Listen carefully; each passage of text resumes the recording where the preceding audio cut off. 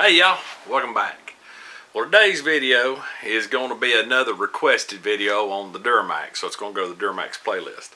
Somebody asked me what I do, how to change oil, and what I do when I change oil. So there's something here probably not everybody does, so y'all stay tuned because I do this every oil change.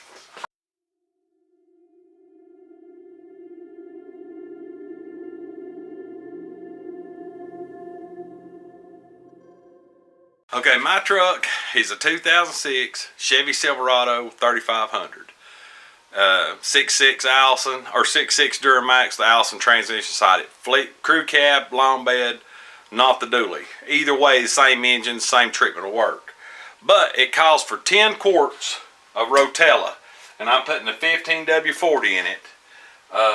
That's a 2.5 gallon jug right there. My filter of choice I've always used has been the Wix 57202 XP. I really like these filters. And then the thing I said that I do something different than what most people do. They recommend every 2 oil changes you change your screw-on filter that's on your Allison transmission. Well, my truck hit 300,000 miles not long ago, so it's getting a lot of miles on it. You know, for diesel, that's not bad. I've had to do very little work to the truck. It's been a trooper since I've had it. I mean, it'll pull. But so what I do, I get the Allison transmission filters. I get these in 2 or 4 packs on Amazon. It's the cheapest way I can get them. Part number is 295-39579. It's just a little red filter. I'll show you here. It just screws on. You got to worry about all the fluid falling out. You just screw this off, and there's a magnet on the inside that you'll pull off and clean off, which I'll get to showing you here in a minute. So you're going to need a drain plug pan, 10 quarts of Rotella, Allison transmission filter, oil filter. Now, these 2 oil filters, I done got the box open.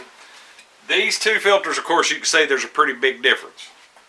So I'll have a big oil filter wrench for the black one to get it off, and I've got an old little one that'll pull the red one off. Now, if you want, I actually have one of these 2 I picked up the other day. This is a multi-rubber oil filter wrench. Works really good, but I'm used to changing with these, so that's what you'll need. And the drain plug is a 16 millimeter.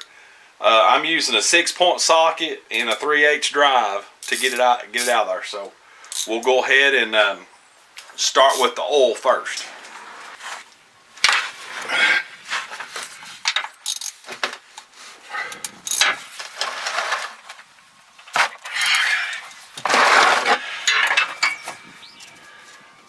Go ahead and remove the drain plug. Make sure you got a 10-quart pan too, because this 10 quarts of oil fixing to come out of this.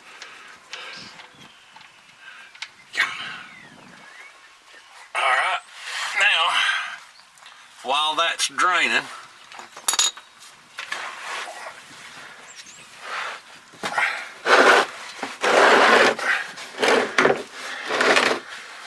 I usually turn this at an angle, and I go ahead and take my little wrench, go ahead and slide it on, go ahead and break this little oil filter loose, which it shouldn't be that freaking tight. I don't know why that's so tight. There we go. Go ahead and let that seep out. The transmission fluid's good and red. Go ahead and take this one off.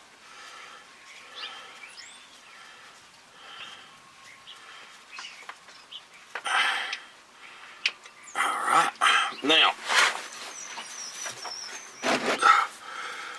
you let that drain down. As you can see here, there's a magnet. That magnet catches any debris or junk in that transmission. So You're going to take a rag here and clean this off of the debris that's on it. Just like it right there. It's nice and clean. Get your new filter. Go ahead and set it in place where to center that hole, like so. Rub. I got plenty of transmission fluid on this glove, so rub you some transmission fluid on there, and you can see it's got a big old deep seal.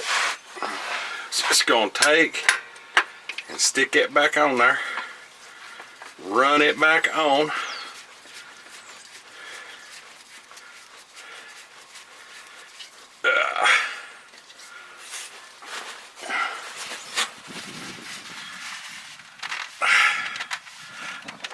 Usually run up hand tight, which it evidently had built a little pressure since the last time because it's hard to get off there.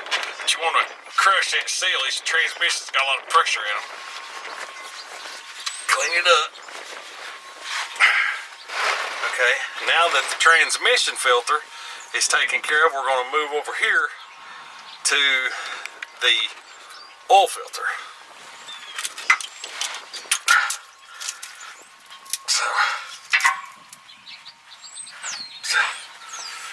Take it loose.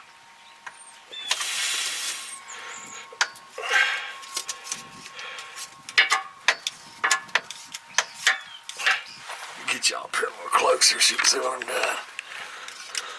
You can see where that oil filter's at. Scoot your holder over. And the same as you always need to make sure, just like you would any other time, let it drain real good and make sure that O-ring or the seal is still on this oil filter. You don't want to try to put one of these oil filters on with a gasket on it. It's going to make a mess. And this one has come off. So it's a perfect example. There it went. That's a perfect example. The O-ring stayed on the oil filter housing. If you leave that on there without taking it off and you screw the next one on, you're guaranteed not to go far before it blows out. So,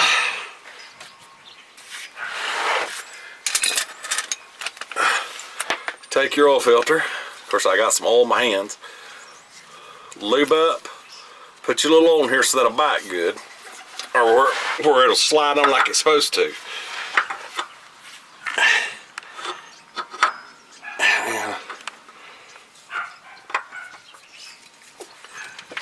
Screw it back on.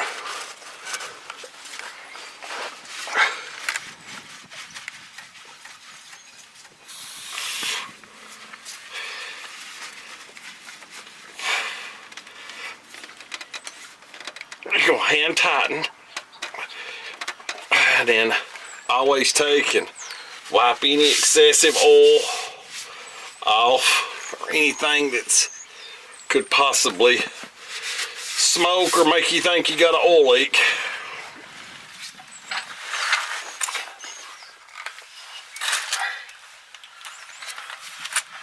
Okay, now in the time it took us to change those two filters, that oil is just about run out. So we're going to give that oil a few more minutes, and then we're going to put the drain plug in and get started.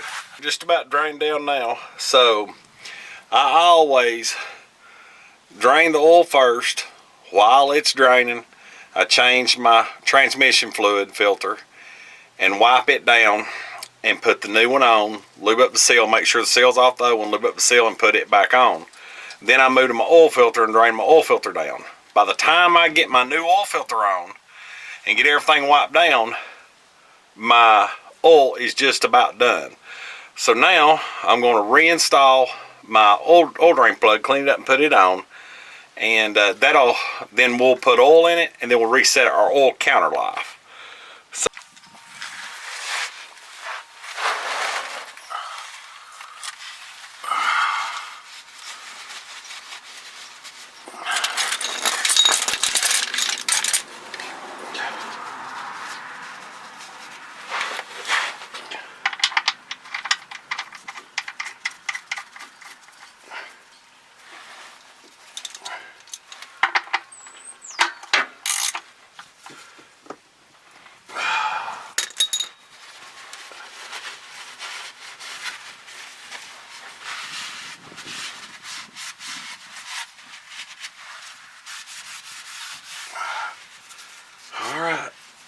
cleaned up and ready.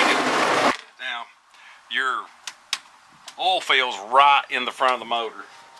So, take it off. Get the biggest funnel that you can get. This one here is an 18-inch funnel, but I did have a bigger one, but I'm not sure what happened to it. So, because there's a lot of oil. So you're going to take and put that in there. And in she goes. Careful not to run it over.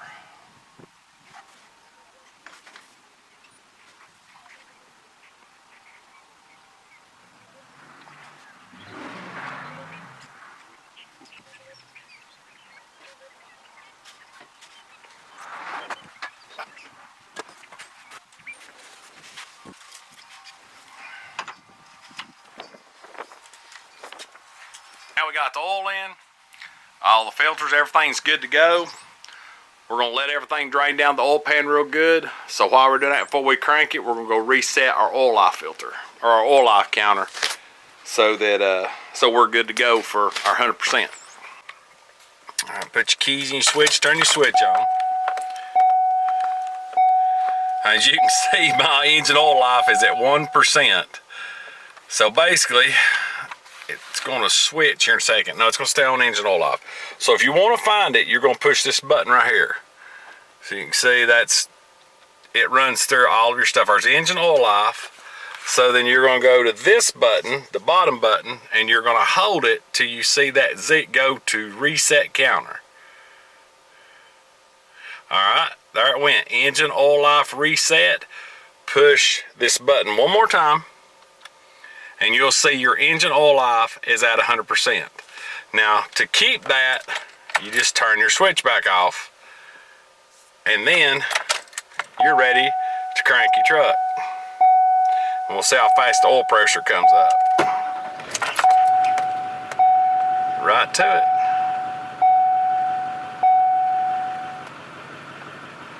Alright. So we are, double check it, we're at 100%. Well, I hope this helped somebody. This was a requested video. Everything's set to go on the truck, so if there's any more, I've had 2 requests on the Chevrolet. One was a fuel filter, which came out not long ago, I did last week, and then the one on the oil filter and the transmission filter change. So if there's anything else you'd like to see on the Duramax that I do, or something that you'd like to see done, or want to know what I've got done to the truck, please drop it in the comments below, and I'll show you the stuff that I've done to it so far, and any more information that you'd need, and what I don't know, I'll do my best to help you. But I really appreciate y'all watching. I hope this answered the question for the requested video. Catch us on more videos. We got a whole lot more coming up. Turkey season's right around the corner, and we got a couple shows we're going to. So we'll be exciting videos coming on them soon. We're building our merch up for the show, so y'all be staying tuned and watch us on Facebook and Instagram to see when those dates are. So as always, we'll catch you on the next video. God bless.